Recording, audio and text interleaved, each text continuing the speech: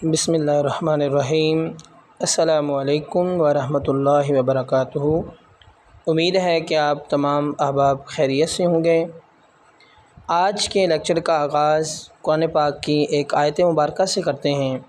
अल्लाह ताला ने कुरान मजीद में इरशाद फरमाया, इन्ना मअल उस्रि युस्रा, जिसका मतलब ये है कि बेशक हर मुश्किल के साथ आसानी है। तो अज़ीज़ तलबा, हमने ये जो काम शुरू किया है, यकीनन बंदा लिखते लिखते उकता जाता है जब एक लफ्ज़ को बार बार लिखने के बाद उसमें इस्लाह ना हो, वो सही ना हो।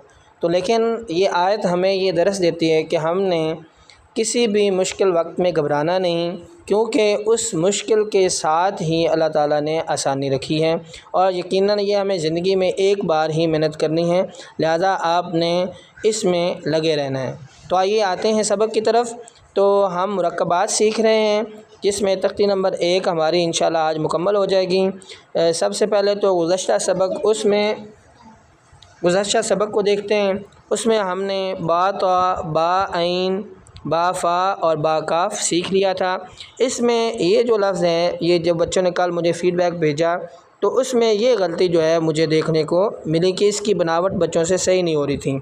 तो इस लफ्ज़ को एक दफ़ा दोबारा मैं समझा देता हूँ, ज़रा गौर से देखें कि इसको आपने किस तरह डिज़ाइन करना है, किस तरह बनाना है। सबसे पहले तो आप इसका जो पिछला हिस्सा है बे वाला, वो बनाएंगे इस तरह। ये बनाने के बाद इसकी नोक के साथ आप ऊपर जाएंगे थोड़ा सा, फिर यहाँ से जीम का हिस्सा बनाएंगे। जिस तरह जीम का ऊपर वाला हिस्सा बनता है, वो बनाने के बाद आप जीम के नीचे वाला हिस्सा बना देंगे, तो ये हमारा बा और आइन डिज़ाइन हो जाएगा।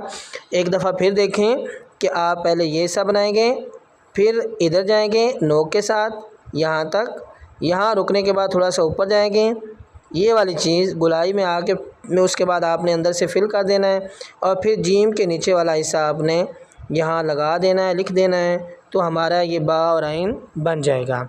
इसके बाद हमारा जो आज का सबक है उसमें बे और काफ हमने सीखना है। ये सिंपल है। काफ जिस तरह हमने सिंपल सीखा था कि ये हमारा काफ था, यानी बे के ऊपर अलिफ लगा देने से हमारा काफ तैयार हो जाएगा। ये काफ था। अब इसके शुरू में आप बे लगा देंगे इस तरह।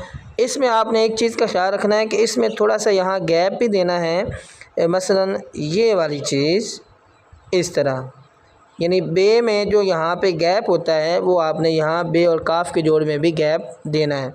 उसके बाद बा और लाम, ये सिंपल सा है, बे और ये लाम आप लिख देंगे, ये बड़ा आसान सा है। बे और मीम, ये भी इंतहाई आसान सा है। हमने मुफ़रदात में सीख लिया कि मीम में यहाँ से हमने गुलाई करनी है, यकदम से इसको ऐसे नीचे नहीं करना, बल्कि बे और मीम में यहाँ इसकी गुलाई में आप आएंगे। उसके बाद बे और नून, ये इंतहाई आसान है, ये इस तरह करेंगे। इसमें जो बच्चे गलती कर जाते हैं वो नून इस तरह कर जाते हैं, ये चीज़ इस तरह करना है, इसको गलत है, बल्कि आप यूँ यहाँ तक आके यहीं से नीचे जाएंगे, यहाँ से ऊपर जाने की ज़रूरत नहीं है, इस तरह। फिर देखें यहाँ तक आएंगे और यहीं से आप नीचे नून का दायरा बनाएंगे। उसके बाद बा और वाव इंतहाई आसान है, आप इस तरह लिखेंगे बा और वाव।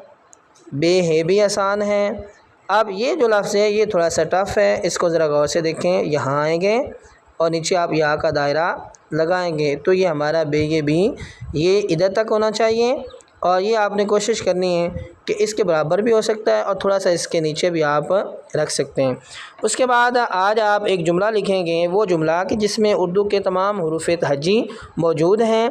एक टीले पर, वो जुमला ये है कि एक टीले पर वाक़े मिज़ार ख्वाजा फ़रीदुद्दीन गंज शकर रहमतुल्लाह ताला अलैह के अहाता सहन में ज़रा सी ज़ालाबारी चांदी के ढेरों की मिसल बड़े गज़ब का नज़ारा देती है। ये वो जुमला है कि जिसके अंदर उर्दू के तमाम हुरूफ़ तहज्जी शामिल हैं। इस जुमले को और जो सबक ऊपर हमने पढ़ा है, इसको आपने पेन के साथ और मार्कर के साथ एक एक सफ़ा लिख के मुझे भेजना है। अब आते हैं, आज का हमारा शेर अल्लामा इकबाल का है, जिसमें शेर ये है कि उठ के बज़्म जहाँ का और ही अंदाज़ है, उठ के बज़्म जहाँ का और ही अंदाज़ है, मशरिको मग़रिब में तेरे दौर का आगाज़ है। तो इंग्लिश में आज मैंने थोड़ा सा स्टाइल चेंज किया है ABC का। ज़रा देख लें कि आप इंग्लिश में ABC, वो पहले जो था वो थोड़ा सा खूबसूरत था, लेकिन ये मुझे लगता है कि जो स्टाइल है ये पहले से ज़्यादा खूबसूरत है। इसको आपने कैसे लिखना है ज़रा देख लें। नोक के साथ यहाँ से मूव करेंगे, यहाँ तक नोक चलेगी, उल्टा ही मार्कर पकड़ेंगे और यहाँ से जब नीचे आना है तो फुल कट लगेगा इस तरह। फिर आप यूँ जाएंगे और इस तरह हमारा ए मुकम्मल हो जाएगा। फिर देख लें, यहाँ नोक के साथ ऊपर जाना है, यहाँ तक, नीचे फुल कट आएगा। फिर आपने यूँ करना है नोक के साथ ही और इधर आ जाएगा।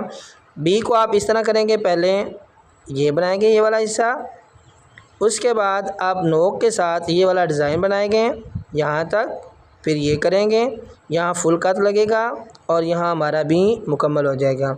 सी में आप यहाँ नोक लगाएंगे और यहाँ आके मोटा बन जाएगा इसका हिस्सा और ये हमारा सी बन जाएगा और बाद में आप यूँ कर दें, थोड़ा सा उसका डिज़ाइन बन जाएगा।